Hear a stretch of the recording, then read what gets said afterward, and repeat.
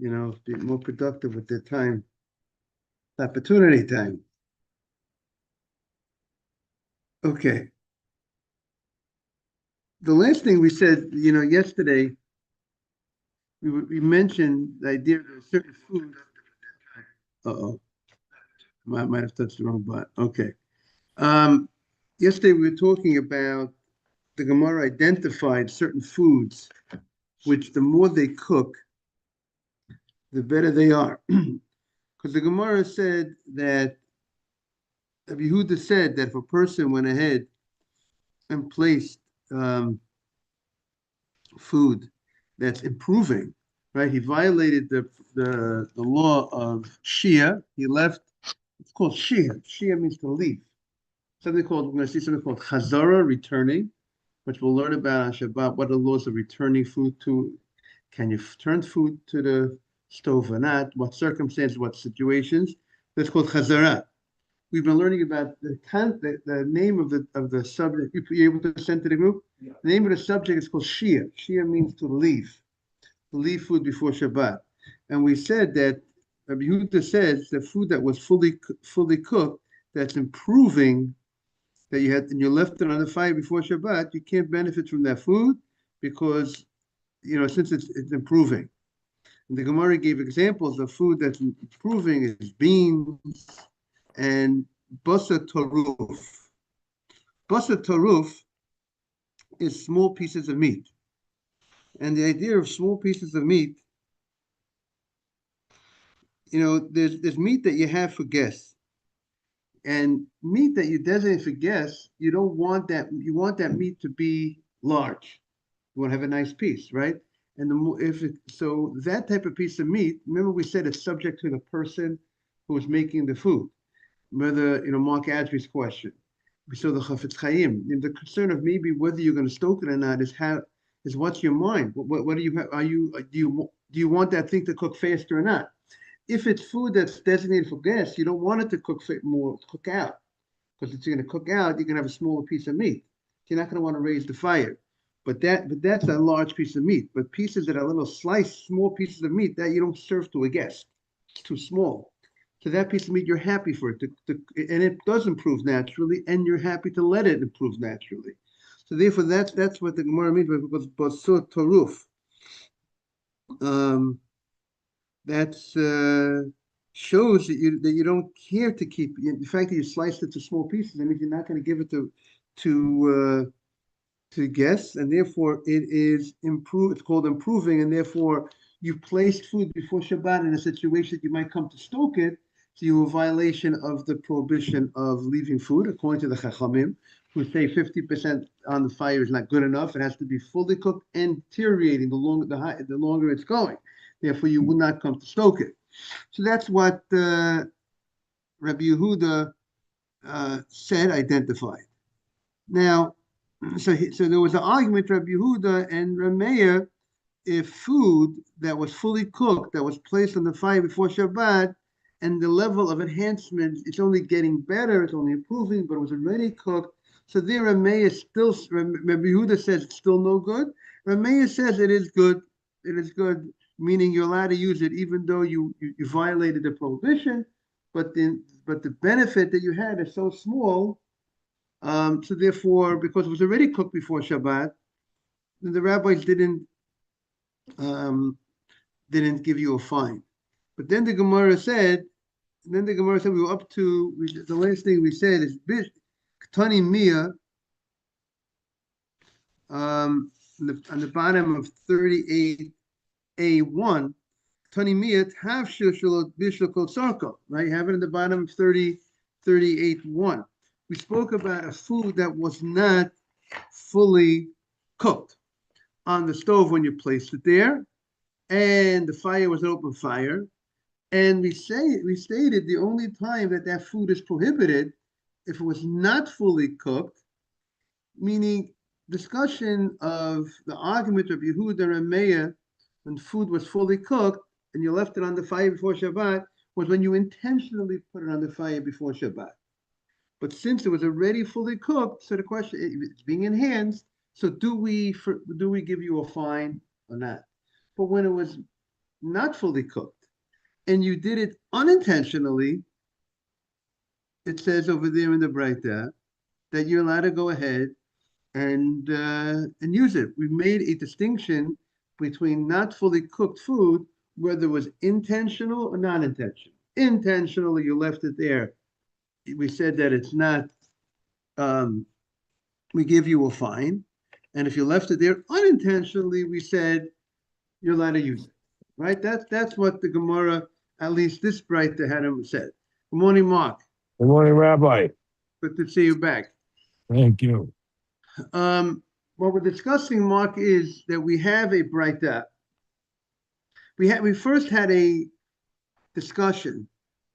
If a person left food on a fire before Shabbat in a way that a food was not fully cooked, and in a way that was according to the Chachamim, if it's not fully cooked and it's not deteriorating, you're not allowed to leave it on that fire. And the Gemara had a question, according to the opinion that says that this is no good. That's how one way to learn the Gemara. Or the Gemara's case is if it was less than 50% or less than 33 1/3% cooked, and you left it on the fire. You did it. There's no question you violated the law of leaving food before Shabbat on open fire. Well, what's the law after the fact? After you left food, the person, good morning, Morris, good to see you. If a person went ahead and left food, just remind you about Birkat Torah, I presume you said it already. If not, now's the time. If a person That's left called B'diavad. B'diavad. What's the halacha with the food? That's the question. It's B'diavad, right? Right, B'diavad. Some say B'diavad, and some call it B'diavad. However you want to pronounce it. It's after B'diavad means avad means it was done. He did it. It was after the fact. Not the L'chatchila means before the fact. Can I do it or not? The answer was L'chatchila. You go to the rabbi. The rabbi says you can't leave this food on top of this fire before Shabbat, either because according to Hananiah, the case is that it was less than 50% or less than 33% cooked, and we're afraid you're going to come stoke the fire, or according to the Chachamim, even if it's more than 50%, even if it's 100% cooked, but if it's being enhanced, it's getting better as it goes, you might come also to stoke the fire. So you did a violation of preparing the way you prepared this food before Shabbat. You did something, you were supposed to remove it, close the fire, take out the coals, cover the coals, put a hot plate, put a sheet of metal, put a blech. You didn't do any of that. You were in violation, but the violation was unintentional. The case of the Gemara was you had a mind to close the fire before Shabbat, but you forgot. And then it's too late. I can't touch the fire. Right? I can't touch the fire. Once it's Shabbat, I can't close that fire, right? So now, and the food now improved. It got better. The question is, am I allowed to eat that food or not? So the Gemara brought two opinions. One opinion says that the food is allowed to be eaten, and one opinion says the food is not allowed to be eaten. And then the Gemara said the opinion that says the food is allowed to be eaten would even hold intentionally. Fascinating idea. That even the fascinating opinion doesn't seem that's the halacha. They would hold even because it seems like the halacha. There's a letter on the letter bet which says it's forbidden even if it's unintentional. Even if it's unintentional, this food will be forbidden. And the Gemara says, what's the reason for that opinion? Because we're afraid that people are gonna try to trick the system. How they'll trick the system? Because if you're going to say that if they leave it unintentionally on that fire, they forgot it, they're allowed to eat from it on Shabbat, they're going to chas v'shalom intentionally leave it on the fire, and then say, I forgot about it. And I was planning on taking out the fire before Shabbat, but I forgot. So, and if that concern for that, the rabbis had to, across the board, say you can't use that food even when you unintentionally forgot the food. Meaning to say, the Gemara found a precedent, a different case, when a person cooks on the Shabbat. And if a person cooks on the Shabbat intentionally, he can't eat from the food. But if he did it unintentionally, we said there's a machloket in the rabbis, but the Gemara is going with the opinion. The Gemara is going following. It's talking briefly. Opinion says you could eat from it if it was done unintentionally on the Shabbat. But the Gemara says, and by the way, in Shulchan Aruch, the Sfaradim hold you will not be able to eat from that. It was food was cooked unintentionally on Shabbat. On the Shabbat, you won't be able to eat from it. But when it comes to leaving food before Shabbat, so there might be more strict. Why are we more strict? Because of this concern that a person might intentionally leave the food and say, I did it unintentionally. That was the Gemara says. And then there's an opinion that says, even if morning asaf, even if you intentionally left the food before Shabbat on the fire, but since the sin was done in a way that you were just inactive, you were supposed to remove the food, you just didn't remove the fire or remove the food before Shabbat, so we're not going to give you a fine. That is an opinion in the Gemara, even if you intentionally left the food. That was another opinion. So we got two opinions. Everything clear, everybody? A lot going on? Adam? I got a lot of stories, a lot of cases. Morris, right? Mark, you got. This is the story. The Gemara is trying to figure out which opinion is correct. The opinion that says if you leave food before Shabbat on the fire when it was not fully cooked is permitted to be eaten, or the opinion that says that it's not permitted to be eaten. That's the Gemara's question. And the Gemara brings a Breita. And the Breita seems to be talking about the same case. A guy forgot food. The Breita talks about the case, a guy forgot food before Shabbat. He left it on the stove before Shabbat, and it cooked. And the Breita says, if it was unintentional, you could eat it. Okay? So the Breita says you could eat it. Now, so the Gemara wants to, but that same Breita says that if you did it intentionally, you cannot eat it. You cannot eat it if the food wasn't fully cooked and you left it on the fire before Shabbat, you can't eat it. So the Breita was very clear, makes a distinction between intentional, unintentional, or food that was not fully cooked before Shabbat, that was placed on a stove and you did not remove it before Shabbat. Whether you could benefit from the food, eat from the food on Shabbat, is depending whether you did it intentionally or unintentionally. That's what the Gemara said. Now, the rabbis, the Gemara brought earlier, said that there's no difference between intentional and unintentional. Either one rabbi says intentional, unintentional, you could eat it, and the other rabbi says intentional, unintentional, you can't eat it. Okay? That's what the Gemara said before. Okay? We got later rabbis making it saying that there's no distinction between intentional and unintentional. Food that was left on a fire before Shabbat that was not cooked, either you could use it on the Shabbat, whether intentional or unintentional, or you can't use it. That's what the Gemara said before. So now the Gemara wants to understand which opinion would fit with this Breita. The Breita made a distinction between intentional and unintentional. And the rabbis, all of them made no distinction. Either no distinctions for the allowance to use it, or no distinction you're not allowed to use it. So how do we fit this? Who is this Breita going? It seems like it's not going like anybody. The Gemara says no. Look what the Gemara says. That's the background. Morris, a lot going on in the Gemara or not?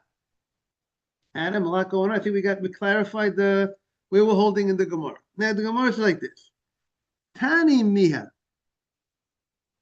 We're now on 38A1. Tani Miha. We learned a tafshil shelo bishul kosarko, a food that was not fully cooked. Either we said it was 20% cooked, 25% cooked, or if it was 60% cooked, 70% cooked, but it's whatever the case might be. It was not cooked. It did not meet the level that you're allowed to leave it on the fire, and it's at a stage that it was not cooked. We learned that case that there's a distinction between, in the Breita says, it depends. If you left it there intentionally, can't use it. If you left the food there unintentionally, you could use it. Then it cooked, you could use it. So the Gemara says, Rav Nachman bar Yitzchak who goes on record and he says it is forbidden for you to use the food that was left on the fire before Shabbat, when it was left there, when it wasn't cooked, and you left it there. So he says it's forbidden, even unintentional. So how will he explain the Braita that says if it was left there unintentionally, you could use it? He will explain that that Braita is talking before the Gezerah, before the rabbis made the enactment that we're afraid that people are going to, if you're going to allow you to use it when it was done unintentionally, they're going to say, they're going to do it intentionally, and they're going to say it was done unintentionally. Maybe they saw that there were Jews that were not so careful. You know, when it comes to food, people sometimes get carried away, and there's a great embarrassment. If you're not going to allow people to have their food the way they want it, so maybe people maybe will give them, they think they could give themselves a heter, an allowance in the name of Unig Shabbat, name of enjoyment on Shabbat. So maybe people would go ahead and intentionally place the food before the Shabbat, when it was not fully cooked, and say they did it unintentionally. Maybe they'll give themselves this allowance because they're doing it before the Shabbat, so they don't view it as serious as an issue. Even though the rabbis made the gezerah, you can't place food that was not, let's say, if when there's a concern of stoking of the food, you can't place it on the fire before Shabbat. And maybe they'll give themselves a allowance and say, I'm not going to come stoke it. I'm above the law. I won't make that mistake, right? So therefore, the rabbis made it gezerah. They said you can't use the food that was unintentionally put on a fire before Shabbat when it wasn't fully cooked, because of the concern. You think maybe you really think it's unintentional? Maybe because people are saying it's unintentional. Maybe it was intentional. You hear what's going on, everybody? Now, so the Braita that made a distinction between intentional, unintentional, maybe that was taught before the gezerah. Meaning originally they said you could use that food if it was cooked unintentionally if it was placed before Shabbat and you forgot to take off. And it's a mistake. I forgot to take off the fire, close the fire before Shabbat. It went ahead and it cooked on Shabbat. So you originally said you could use it. That's what the Braita is talking about, making a distinction between intentional and intentional. But the rabbi who says it's forbidden when it was unintentional and intentional, of course, is talking post the Gezerah, post the enactment that the rabbis is concerned with the person might play the game. So that's when he says it's forbidden. So therefore, it's in sync with, it's not a contradiction, because the Braita is talking before the Gezerah, the rabbi is talking after the decree, and that's why the rabbi says even when it's unintentionally done, it is forbidden. So that's what the Gemara says. This Braita could work with that rabbi. However, the Gemara says, that's what the Gemara says. Lokasha kan morima kan kodim zera kanach zera. However, Elul Rabbi Yosef the Amri. Rabbi Yosef, who understood that Rav Chia Barabba says it's mutal hetera, that he says that it's permitted that you could go ahead and use this food that was cooked on the Shabbat, meaning you had placed it before the Shabbat and it cooked on the Shabbat. And whether you forgot it or whether you intentionally placed it before Shabbat, he says you could use that food. Who does that fit like? Morning, that doesn't fit like the Braita. But the Braita says intentionally, the Braita says if you intentionally, we are on 38a. Now we turn the page to 38a2, top of the page. About 6 lines and 8 lines. Ela Rabbi Yosef. Rabbi Yosef. The Amri that they say, that they both say, lehetera.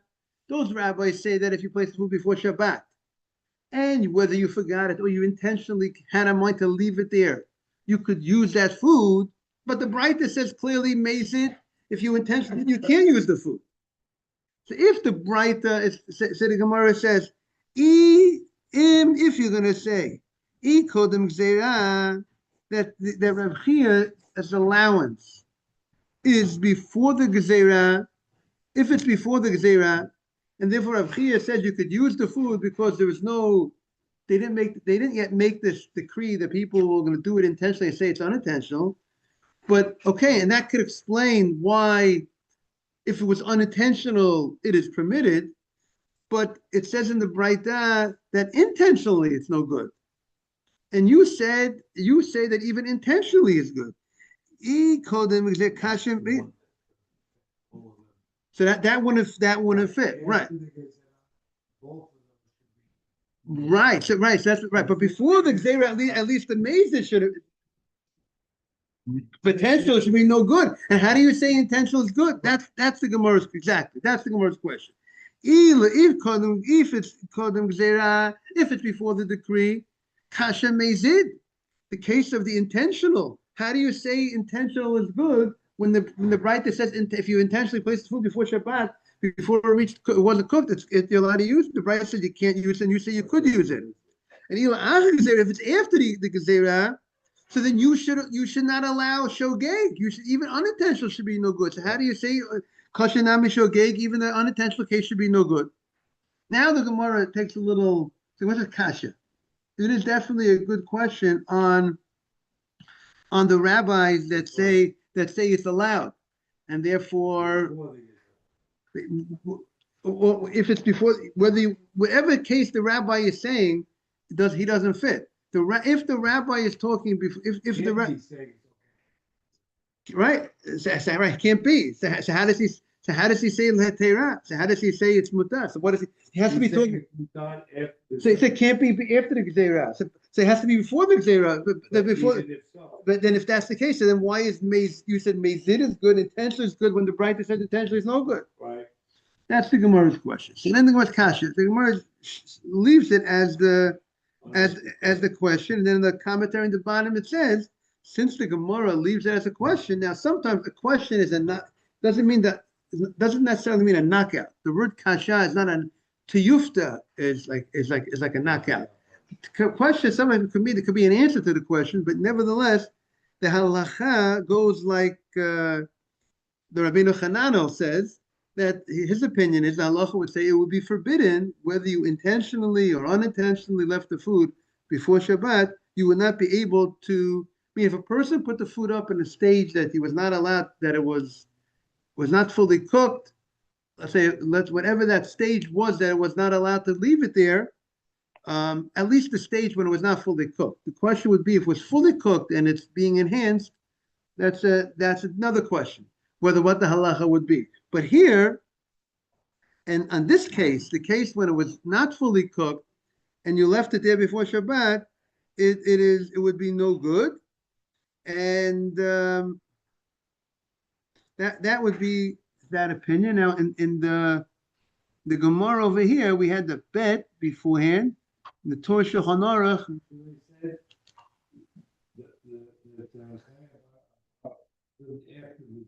Right, he lived after the decree.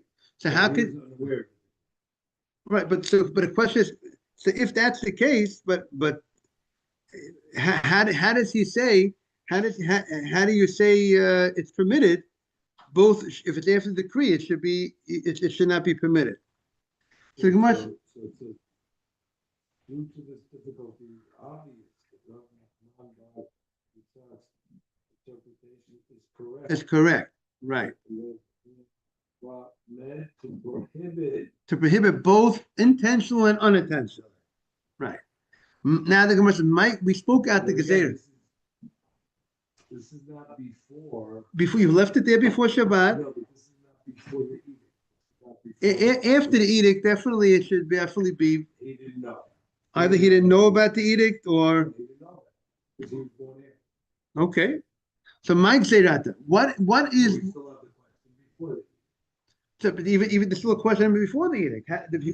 How does he say if he didn't know about the edict, but the Braita, which is definitely before him, said that if you left the food intentionally on the fire, you can't no good, and he says it is good. According to that interpretation that says that. My Gzeta, what was the Gzera? The Amr Yehuda Bar Shmuel. Now we're on the next paragraph on column 138A2. The Amr Yehuda Bar Shmuel, Amr Kahana Amarav, Betchilo. In the beginning, Haya Omrim, the rabbi said, "Amavashel b'Shabbat b'Shogeg." If someone went ahead and could eat that food, and if he cooked the food, if someone cooked food on Shabbat b'Shogeg, unintentionally, the rabbis originally says yochal. The rabbi said you could eat the food if you cooked it unintentionally. And the rabbi said, b'mezid, but if you cooked it intentionally, lo yochal. Right? The rabbis originally said, if your person cooked on the Shabbat itself, right? Not talking about left the food before Shabbat. First case. What was the first case? On Shabbat itself, the guy got up in the morning and he went in and he cooked the food. And the rabbis originally said, the rabbi said there's a distinction between if he did it intentionally, he cooked the food on Shabbat, you can't eat it. You can't eat it on Shabbat. Nobody can eat that food on the Shabbat if he cooked it on Shabbat, intentionally. But if he cooked it unintentionally, right? He went in and he heated water on Shabbat morning. He got up in the morning, Shabbat morning, and he put a tea kettle on a fire, and he heated up the water. But he forgot it was Shabbat, or he didn't know. I didn't know it was. I'm not allowed to do it. I didn't know I can't heat up water on Shabbat. That I heat up, make water, took cold water, put it to the kettle, and put it on the fire. He didn't know I can't do that. And now he says, rabbis, can I drink that water? The rabbi said yes. Originally, according to this opinion, the rabbi said yes. There's actually a question even today's day. Would you be able to drink that water if it was done unintentionally? Shulchan Aruch says no. Mechaber says you can't use that water that was cooked on Shabbat unintentionally, even if it was done unintentionally. But they said, what's it again? But here we're talking about it. I'm saying you're saying if a guy made, you're talking about the guy maybe. What are you talking about? You're in a hotel and they have big burn of hot water made on Shabbat for goyim. But who's making the food? That's what the guy is making the food. There's no Jew making that water, Mark. Who's making that water on the Shabbat in the hotel? It's the goyim making it. So then you get into the question: is they're making for the Jews, they're making for the goyim? What? If we know what's really happening there. Okay. So, but if it's you have to know what the case of the hotel, right? Not all. If you're there, there's a good chance Reuven Jews. Get it? Majority is Jews, right, Morris? So, but by the way, there's the best. You know which place is the most kosher place to eat at? Your own home. Just remember that. There's no better place, Adam. There's no when you're supervising, your mother's supervising.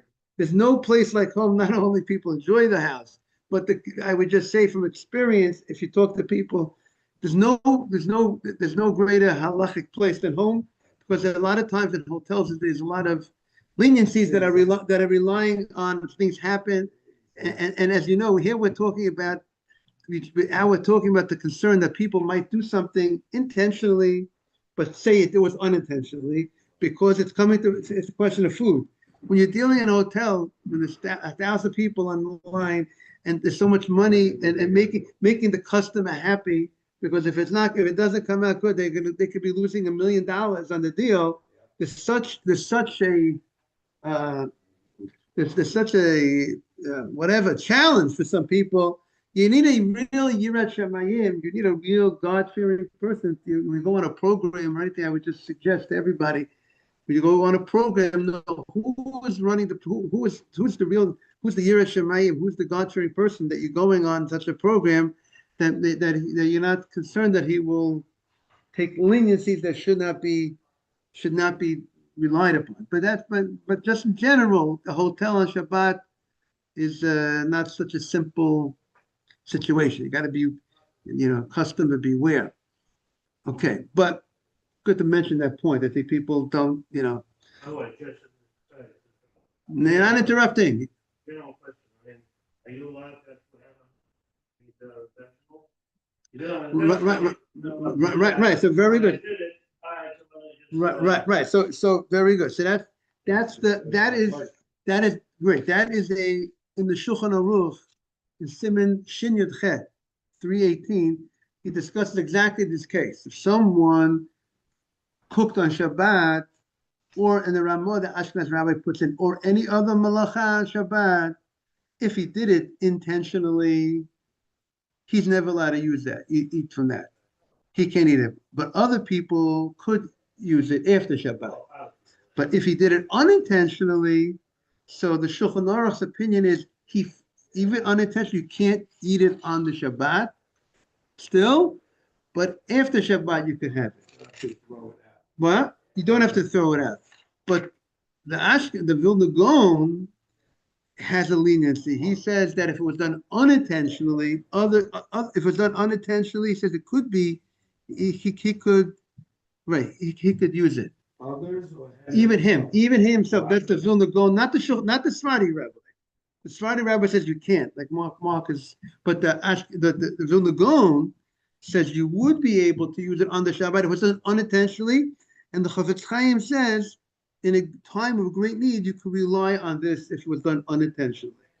That's the Chafetz Chaim, just to address your point. But then, then the question would be, what about if he did an act that's a rabbinic act, right? This is something that was rabbinically forbidden. Would it have the same law as intentional, unintentional? Rabbinic law is like Torah law. Right, or anything that is rabbinic, did a rabbinic act that was forbidden, whether it was rabbinically forbidden cooking or whatever it might be, right? I mean, we have this discussion about Gemara. Was it rabbinic law? Before Shabbat, you left the food on the fire, right? So,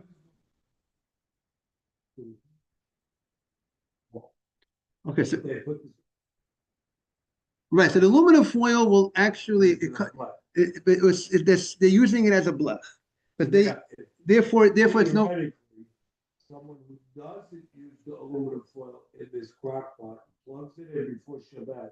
It's asur, you say. Okay, but the question will be, but since if it has meat, because we're going to see, there's a Gemara that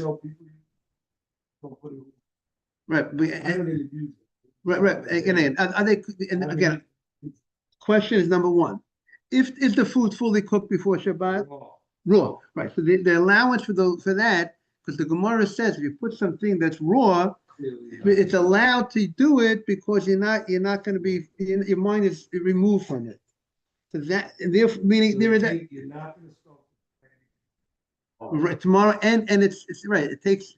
See, my only question with it is the fact that it's able to be eaten. Meaning the typical case of the Gemara of the meat, it takes hours to be cooked. Therefore, you're not going to be focused on it. My question is with the way how fast the crock-pot works, should it be a problem? But on the books, it says if you put in raw meat before Shabbat, because you're not going to be using it and your mind is removed from it, it's not a problem.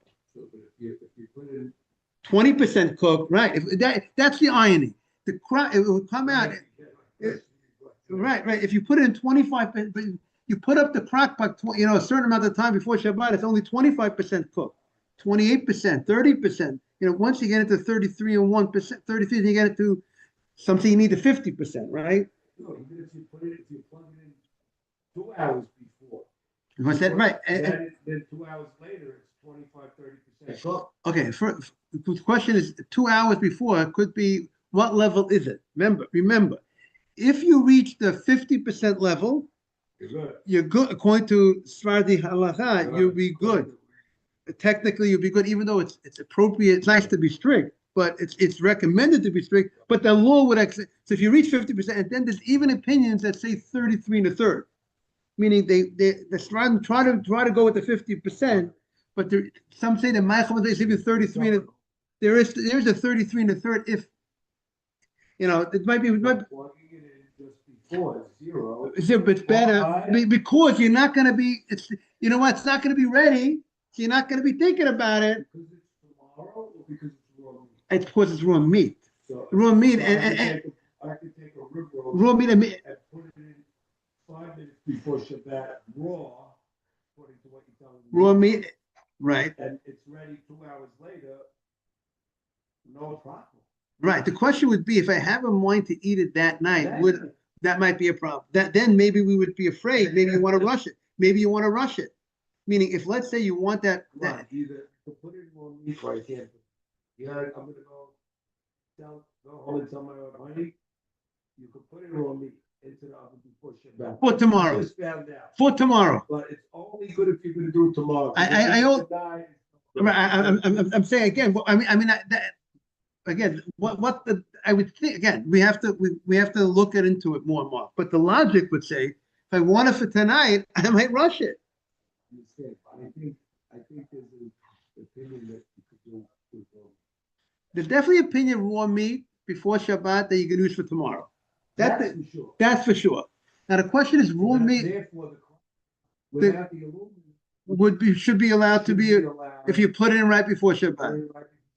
Raw, exactly.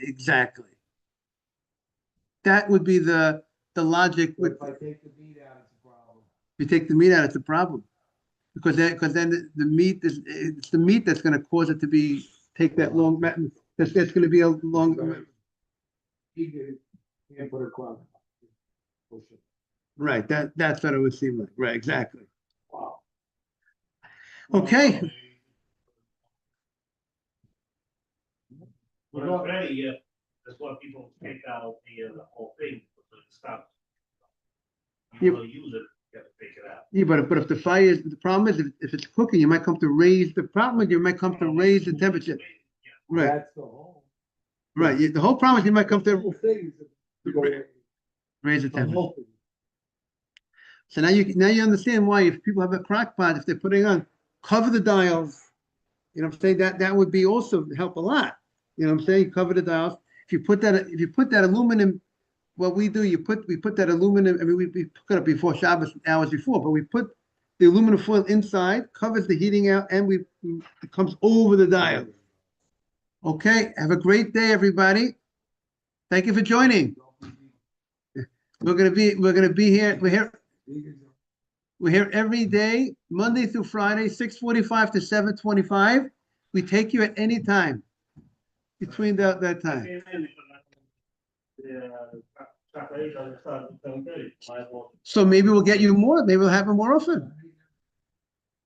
Come at 6:30, I'll go to 6:30 one, then, that's our own. Okay. 7:30, I'll come here at 7. We look forward to seeing you.